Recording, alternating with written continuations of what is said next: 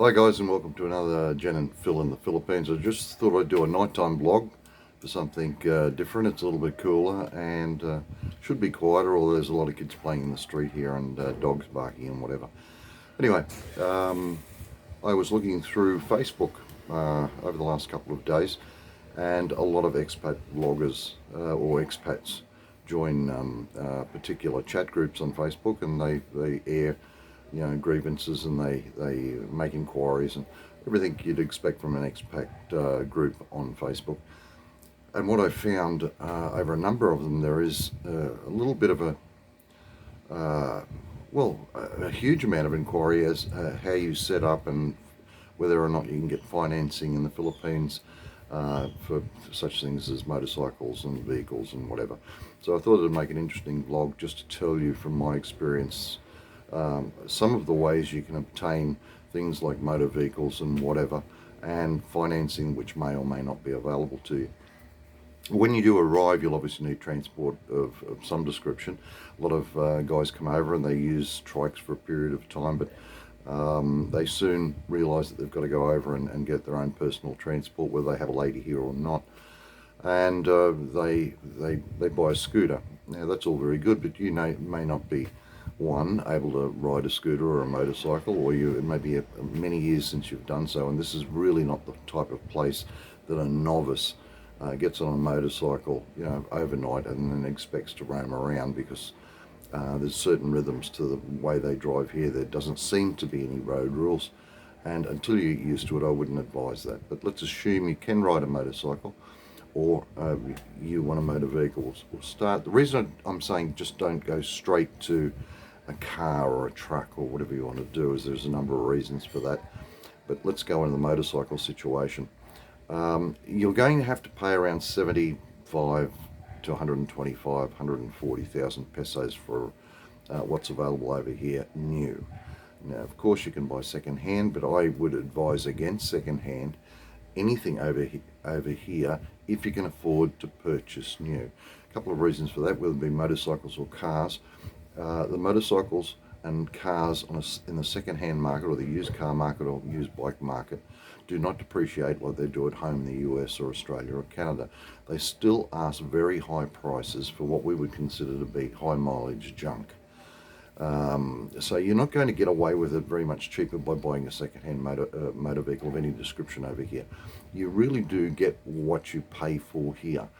The other thing that I find, and there's exceptions to all rules, but the Filipinos don't spend excess money on maintenance. In fact, if they maintain it all, they may change the oil in the motorcycle, they change the tyres and whatever. And the repairs over here are usually done at home or by a friend of a friend that knows something about motorcycles, or down the road. And simply because you pay a so-called professional mechanic to fix it doesn't mean that it's done correctly.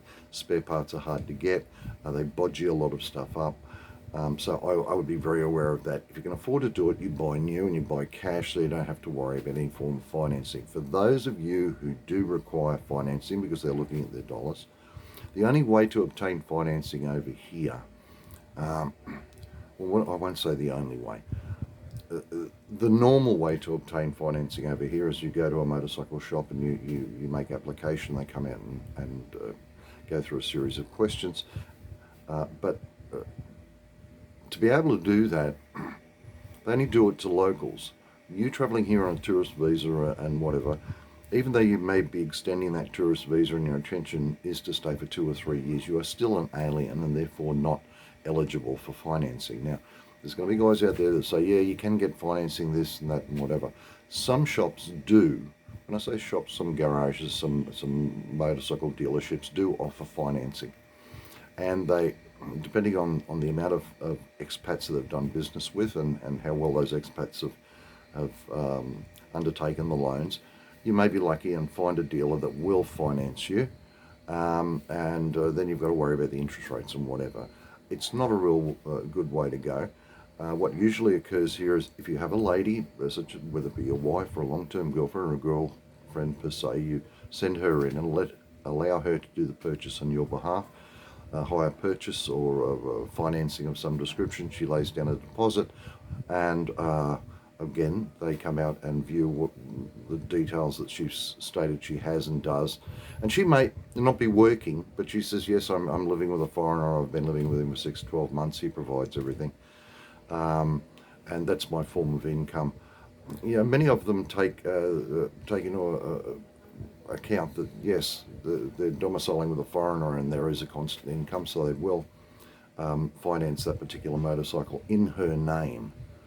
Now, remember, I went in another video, and there is a bit of a scam going on here, and has been for a long, long time. They don't really care whether or not they repossess these motorcycles, because they can sell them again and again and again. But that's another video. If you want to look back on some of my vlogs, you'll see the one that I talked about motorcycles. If you then go up to motor vehicles, again, you can't get financing here on a visa.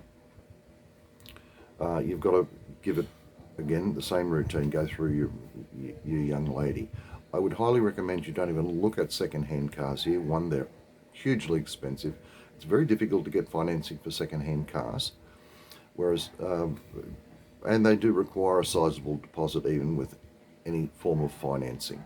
So in the United States, where you can put basically $1 down, go into your dealership, and with your credit score and credit rating, you can drive out that day. That doesn't usually happen here. In fact, I don't know of it ever happening here. They require a sizable deposit, and it'll be put in your girlfriend or your wife's or your fiance's name. Now, there's another method of getting it, but it is a bit dicey as well. It's called assumption, to assume something. You will see advertised in Facebook and Marketplace and whatever, where they may have a motorcycle or a car, and they've had it maybe for 18 months, it's under finance, and they've decided either they want to get out of that particular car, or they can't afford the payments anymore, so they'll advertise it. In Australia, they used to call it takeover terms, which they don't do anymore, but over here they call it to assume. They will require you to pay, or they'll try to get as much money as they've put into the motor vehicle that they've outlaid already. So say, for instance, their payments up to date, including their deposits, might have been 200 or 300, 500, 600,000 pesos. They'll ask for the 600,000 pesos back, and then you take on the payments, and they'll forward it over to you. And it sounds all great until something goes wrong.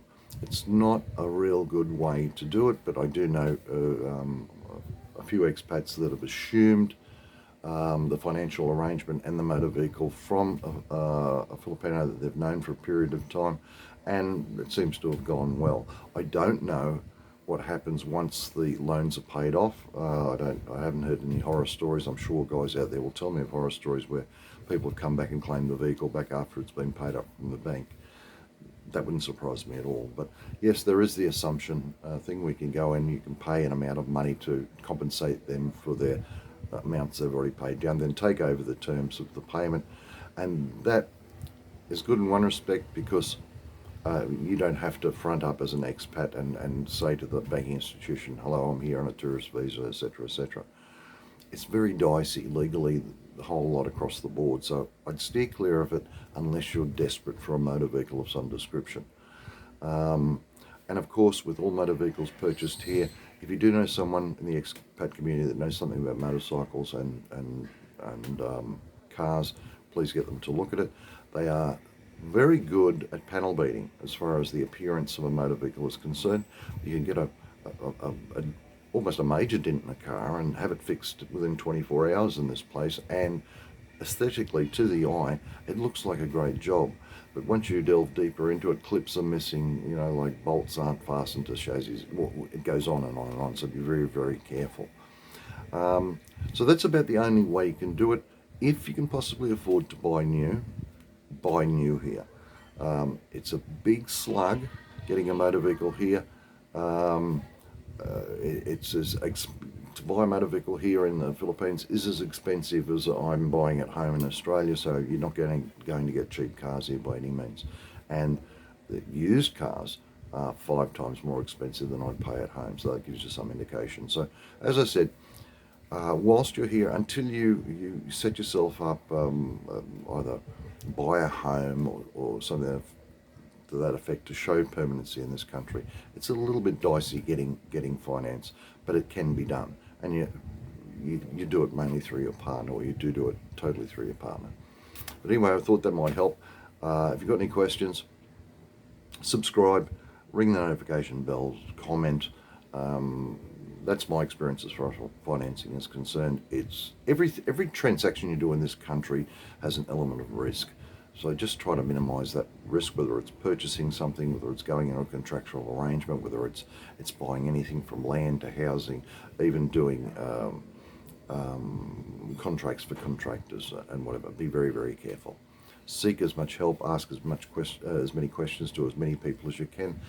Ask for advice from the expat community. They'll usually steer you in the right direction. But that'll give you some indication of how you can set up here.